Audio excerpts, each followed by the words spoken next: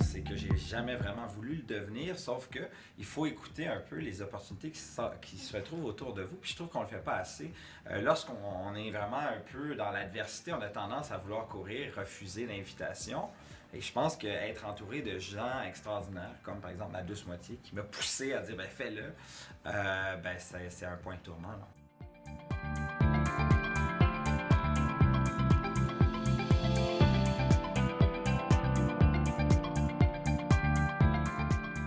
Ouais, soft skills, c'est quoi ça? Qu'est-ce que ça manque? Effectivement, soft skills, ça peut porter un peu.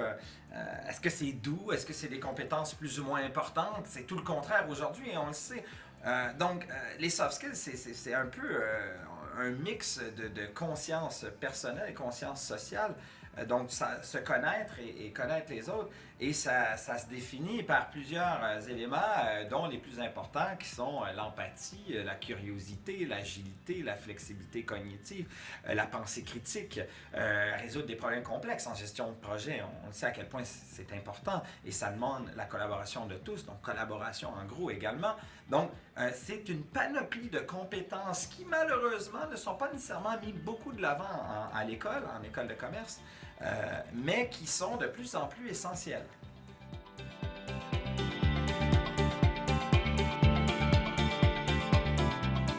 C'est une maudite bonne question. Est-ce que c'est possible? La réponse est oui. En fait, premièrement, je pense que la clé de voûte, la première, c'est d'être conscient de qui on est et d'avoir un maximum de feedback de gens qui nous connaissent, qui vont être capables de nous aiguiller. Je donne un exemple. Moi, j'ai toujours pensé que l'écoute était une de mes plus grandes forces.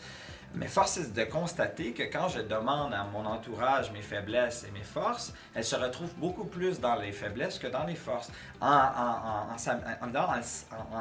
absorbant ça, c'est-à-dire qu'en acceptant cette critique qui est positive, qui est une critique constructive, ça te permet d'être une meilleure personne. Et aujourd'hui, j'ai beaucoup de trucs pour être plus en mode écoute.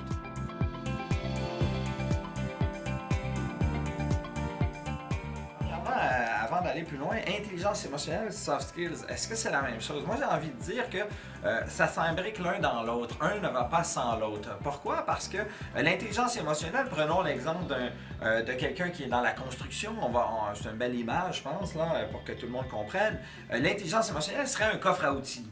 Mais un coffre à outils sans outils, qu'est-ce qu'on fait avec? Pas grand-chose. Donc l'intelligence émotionnelle, c'est ce fameux coffre à outils. Et les soft skills, c'est ces outils qu'on a besoin pour naviguer au quotidien dans notre vie professionnelle et personnelle. Donc le marteau, le tournevis, etc. pour poursuivre cette analogie. Donc les soft skills et l'intelligence émotionnelle, la manière, est-ce qu'on gère bien nos émotions et est-ce qu'on est capable de s'adapter aux émotions des autres dans la nanoseconde immédiatement.